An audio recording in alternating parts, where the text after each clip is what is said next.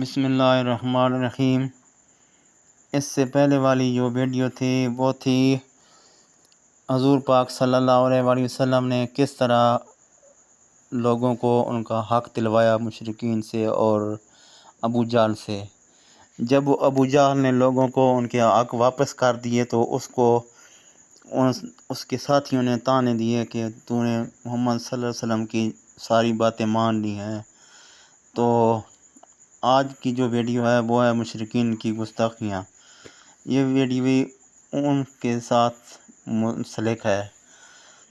تو ابو جہل نے کہا، اللہ کی قسم، محمد صلی اللہ علیہ وسلم جیسے ہی اس کے دروازے پر دستک دی تو فوراً اس حالت میں باہر نکل آیا گویا اس کا چہرہ بالکل بے جان اور زرد ہو رہا تھا۔ محمد صلی اللہ علیہ وسلم نے اس سے کہا، اس کے حق ادا کر دو۔ وہ بولا، بہت اچھا۔ یہ کر وہ اندر گیا اور اسی وقت اس کا حق ادا کر دیا۔ قریشی سردار یہ سارا واقعہ سن کر بہت حیران ہوئی۔ اب انہوں نے ابو جہل سے کہا، تمہیں شرم نہیں آتی؟ جو حرکت تم نے کی ایسی تو ہم نے کبھی نہیں دیکھی۔ جواب میں اس نے کہا، تمہیں کیا پتا؟ جو نہیں، محمد صلی اللہ علیہ وسلم نے میرے دروازے پر دستک دی اور میں نے ان کی آواز سنی تو میرا دل خوف اور دہشت سے بھر گیا۔ پھر میں نے باہر آیا تو میں نے دیکھا کہ ایک بہت قداور اونٹ میرے سر پر کھڑا ہے۔ میں نے آج تک اتنا بڑا اونٹ کبھی نہیں دیکھا۔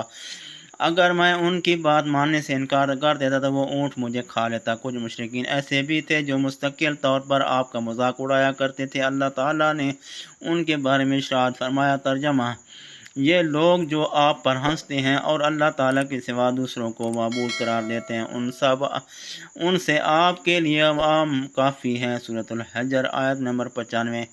ان مذاق اڑانے والوں میں ابو جہل، ابو لہب، عقبہ بن ابی معیط، محکم بن عاص بن امیہ جو حضرت عثمان رضی اللہ عنہ کا چچا تھا اور عاص بن وائل شامل تھے۔ ابو لہب کی حرکات میں سے ایک حرکت یہ تھی کہ وہ حضرت صلی اللہ علیہ وسلم کے دروازے پر گندگی پھینک جایا کرتا تھا۔ ایک روز وہ یہی حرکت کر کے جا رہا تھا کہ اسے اس کے بھائی حضرت حمزہ رضی اللہ عنہ نے دیکھ لیا۔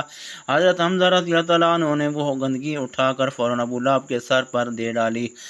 اسی طرح عقبہ بن ابی معیط نبی کریم صلی اللہ علیہ وسلم کے دروازے پر گندگی ڈال جایا کرتا تھا۔ عقبہ نے ایک روز آپ کے چہرے مبارک کی طرف تھوکا۔ وہ تھوک لوٹ کر اسی کے چہرے پر آ پڑا، جس سے ہر حصے پر وہ تھوک گرا وہاں کوڑ جیسا نشان بن گیا۔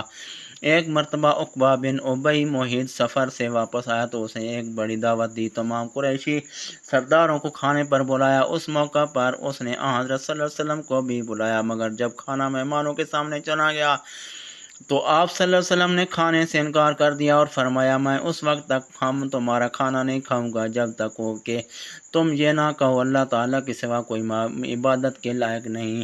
چونکہ مہمان نوازی عرب کے لوگوں کی خاص علامت تھی اور وہ مہمان کو کسی قیمت پر ناراض نہیں ہونے دیتے تھے، اس لیے عقبہ نے کہہ دیا، میں گواہی دیتا ہوں کہ اللہ کے سوا کوئی معبود نہیں۔ یہ سن کر آپ صلی اللہ علیہ وسلم نے کھانا کھا لیا۔ کھانے کے بعد سب لوگ اپنے اپنے گھر چلے گئے۔ عقبہ بن ابی معیط ابی بن خلف کا دوست تھا۔ لوگوں نے اسے بتایا کہ عقبہ نے کلمہ پڑھ لیا ہے۔ ابی بن خلف اس کے پاس آیا اور بولا، عقبہ کیا تم بے دین ہو گئے ہو؟ جواب میں اس نے کہا، خدا کی قسم میں بے دین نہیں ہو گیا، یعنی مسلمان نہیں ہوا ہوں۔ بات صرف اتنی سی ہے کہ ایک معزز آدمی میرے گھر آیا اور اس نے یہ کہہ کر میں جب تک اس کے کھانے کے کہنے کے مطابق توحید کی گواہی نہیں دوں گا وہ میں کھانا نہیں کھائے گا۔ مجھے اس بات سے شرم آئی کہ ایک شخص میرے گھر آئے اور کھانا کھائے بغیر چلا جائے، اس لیے میں نے وہ الفاظ کہہ دیے اور اس نے کہا اس نے کھانا کھا لیا، لیکن سچ یہ ہے کہ میں نے وہ کلمہ دل سے نہیں کہا تھا۔ یہ بات سن کر ابی بن خلف کا اطمینان نہ ہوا۔ اس نے کہا، میں اس وقت تک نہ اپنی شکل تمہیں دکھاؤں گا نہ تمہاری شکل دیکھوں گا جب تک کہ تم محمد صلی اللہ علیہ وسلم کا منہ نہ چڑھاؤ۔ نعوذ باللہ۔ ان کے منہ پر نہ تھوکو اور ان کا منہ پر نہ مارو۔ نعوذ باللہ۔ یہ سن کر عقبہ بن نے کہا، یہ میرا تم سے وعدہ ہے۔ اس کے بعد جب حضور نبی کریم صلی اللہ علیہ وسلم اس بدبخت کے سامنے آئے، اس نے آپ کا منہ پھیلایا، آپ کی چہرہ مبارک پر تھوکا، لیکن اس کا تھوک آپ کے چہرے مبارک تک نہ پہنچا بلکہ خود اس کے منہ پر آ کر گرا۔ اس نے محسوس کیا گویا آگ کا کوئی انگارہ اس کے چہرے پر آ گیا ہے۔